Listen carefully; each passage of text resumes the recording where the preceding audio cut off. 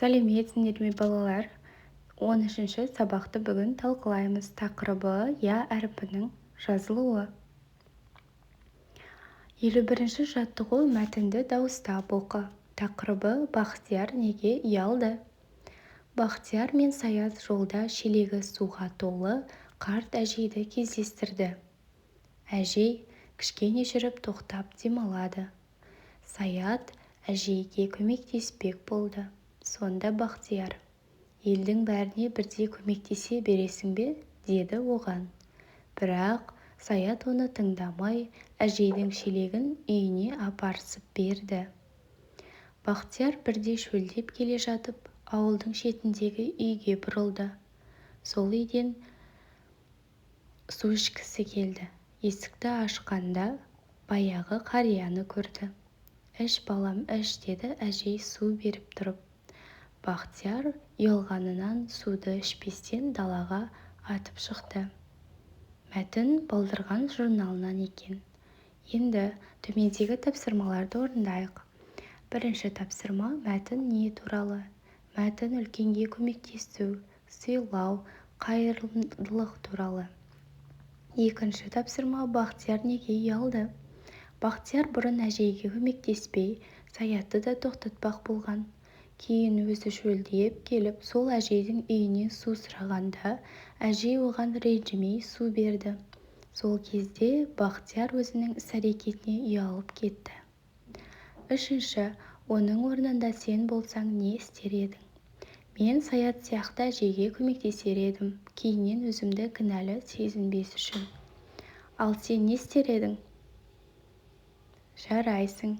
Төртінші тапсырма. Мәтіндегі қарамен жазылған сөздер Бахтияр, Саят, қария. 52-ші жаттығу. Сөздерді көп нүктенің орнына тиісті әріпті қойып жазып, оның себебін түсіндір. Көп нүктенің орнына қоятын әріптер пияз, ұрқия, дария, зиян, аяз. Яғни біз барлық сөзге я әрпін қойып шықтық. Себебі барлық сөздерде я әрпі қойылады, өйткені я әрпі ия, яғни дыбыстарын береді. Бұл сөздердің дұрыс айтылуы мен мағынасы үшін я әрпі қажет. Мысалы, пияз, көкөніс, пияз деп айтқанда дыбыстық құрам пияз болады. Келесі 53-ші жаттығу. Сызбадағы сөздерді тауып жаз. Ұрқия, дари, ия, қари, ия. Келесі сызба. Пияз, пияз. Зиян, зиян. Аян, аян. 54-ші жаттығу. Жұмбақты оқып, шешуін тап. Қалқайып ұзын құлағы елеңдеп қорқып тұрады. Жұмбақтың жауабы қоян. Жұмбақтың шешуіндегі сөзге дыбыстық талдау жаса. Енді қоян сөзіне біз дыбыстық талдау жасайық. Қ дауыссыз, қатаң. О дауысты, жуан, ашық.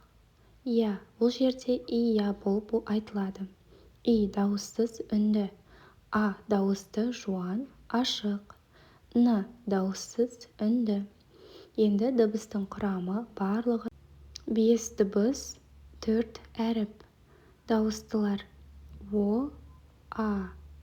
Дауыссыздар Қ, И, Н. 55-ші жаттығу. Құстарға қамқорлық тақырыбында берілген тірек сөздермен әңгіме құрастырып жаз. Тірек сөздер балалар, құстар, ұя, жасау, жем шашу. Тақырыбы құстарға қамқорлық. Балалар көктемде құстарға қамқорлық жасады. Олар ағаштың бұтағына құстарға арнап ұя жасады. Күн сайын ұяны қарап, құстарға жем шашты. Құстар шаттанып, әдемі сайрады. Балалар құстарды қорғау керек екенін түсінді. Балалар, сабағымыз аяқталды. Сау